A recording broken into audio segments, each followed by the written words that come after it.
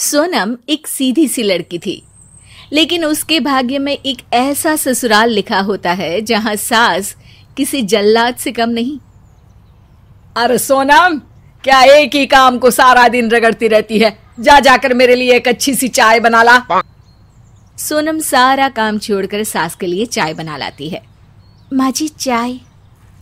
अच्छा सुन, ये घर गंदा क्यों दिख रहा है? आज दिन में कमरे में जाकर सो मत जाना। ऊपर से लेकर नीचे तक पूरे घर की अच्छे से पानी डालकर धुलाई करना और रगड़ रगड़ कर सारे दरवाजे साफ करना।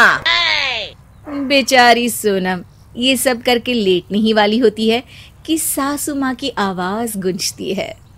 अरे सोनम, क्या हो गया? सारा दिन बस सोती रहती है। मेरा तो भूख के मारे पेट में दर्द हो गया। अरे जा जाकर थोड़े पकोड़े तो तल ला।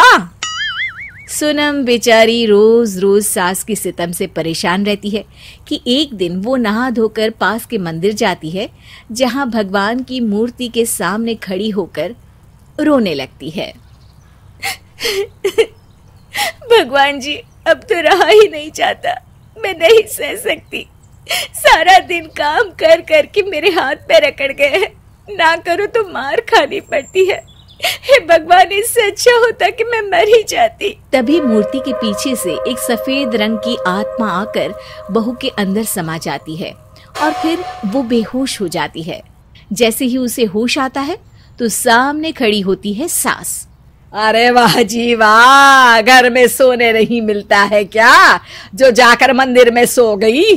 अरे वो तो भला हो मिश्राइन का जो तुझे आराम करते देख लिया उसने।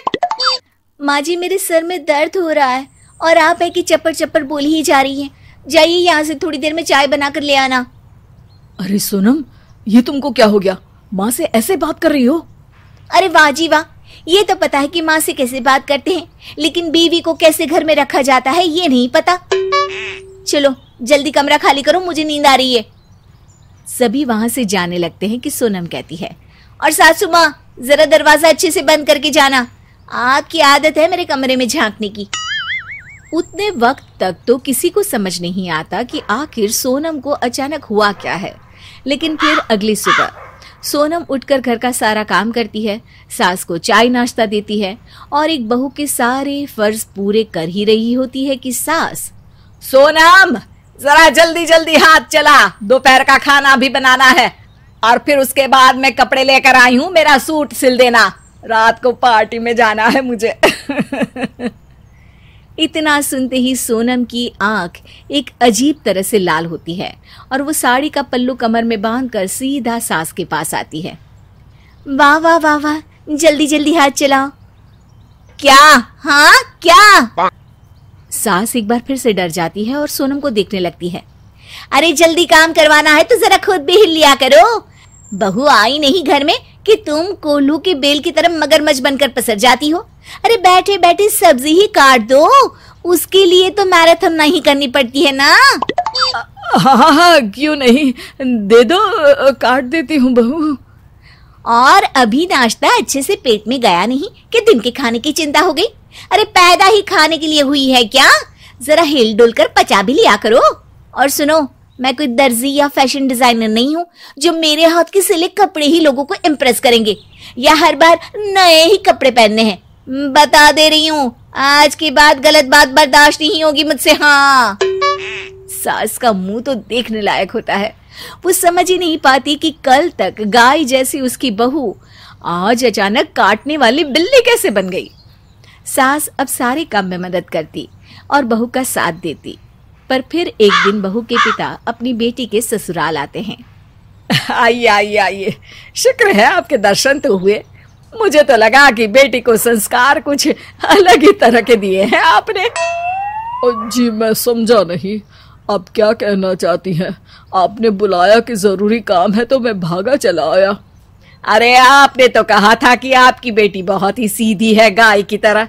फिर हाँ हाँ बहन जी, सच में मेरी बेटी बहुत ही सीधी है। आप बताइए क्या हुआ? अरे आपकी बेटी पागल हो गई है, बात बात पर लड़ती है और मेरा तो उसने समझ लो जुलूस ही निकाल रखा है। अरे नहीं नहीं समधन जी, मैं मान ही नहीं सकता। हमारे तो पूरे गांव में सोनम सीधी और संस्कारी के नाम से ही फेमस है।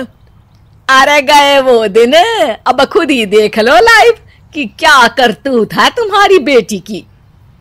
सोनम बेटा, सोनम, पापा है तुम्हारे, मिल लो आकर। अरे पापा, आप माँ को नहीं लेकर आए? नहीं नहीं बेटी, वो तेरी सासू माँ ने अर्जेंट बुलाया तो आना पड़ा। अर्जेंट? क्या हुआ पापा? अच्छा, बुलाया तो सासू माँ ने है ना?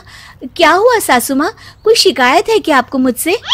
सास को लगता है कि पिता के सामने सोनम कुछ नहीं कहेगी, तो वो जोर से कहती है, अरे सुन, जो तू पागलपंती करती है ना कि सास को सुनाती है कि बैठे बैठे सब्जी काट दो, चाय लेकर आओ, ये सब यहाँ नहीं चलेगा।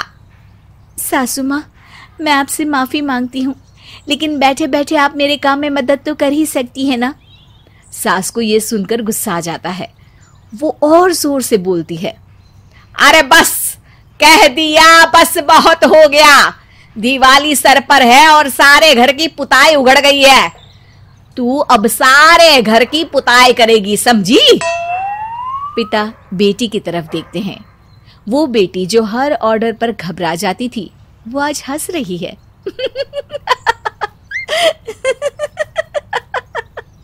अरे पागल हो गई है क्या? हाँ, मुझे भी लग रहा है कि बुढ़िया तू पागल हो गई है। अरे, घर पुताई का काम बहू का नहीं होता है, और बहू ना सिर्फ घर का काम करने के लिए नहीं, बल्कि एक नई जिंदगी में नई खुशियों की हकदार भी होती है, जिसे तुम जैसी सासें जीते जी मार देती हैं। चुप रह बेटी, ये क्या कह रही है तू? पिताजी, माना कि आप मेरा घर संसार बसते देखना चाहते हैं।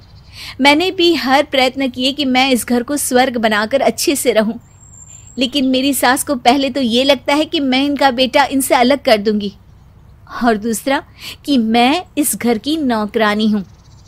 अरे बेटा, जो मुंह में आए बके जा रही हो। आप जैसे पिता को भी अब अपग्रेड हो जाना चाहिए। बेटी को पढ़ाया लिखाया, लेकिन बताया क्या कि ससुराल को ही सब कुछ माने, भले ही वो आपको जीवन जीने की आजादी भी ना दे। विश्वास नहीं हो रहा बेटी कि ये तू ही बोल रही है। और कौन बोल रहा है? बेटी ही बोल रही है आपकी। ऐसी जबान वाली बेटी से तो अच्छा था कि मेरी कोई संतान ही ना होती। तभी वो भूत उन दोनों के सामने आ जाती है। ये सोनम नहीं, बल्कि मैं हूँ, नीम के पेड़ की भूतनी ताड़का। मैं आपकी बेटी पर चढ़ी थी। जो भी ये बोल रही थी वो ये नहीं बल्कि मैं थी। मैं आप लोगों को बताना चाहती हूँ कि ये लड़की बहुत ही सीधी है। ये नहीं जानती कि कहाँ इसको मुकार भरनी है और कहाँ शांत रहना है। सास डर जाती है। समझी नहीं मैं। मतलब साफ है, अगर उसके माता पिता ने उसे संस्कार अच्छे दिए हैं तो इसका मतलब ये नहीं कि तुम उसे इंसान मानने से भी इनकार कर दो। और हाँ, अभी तो मैं जा रही हूँ, लेकिन अब जब भी सोनम पर अत्याचार होगा मैं हमेशा उसके साथ खड़ी होगी, समझी?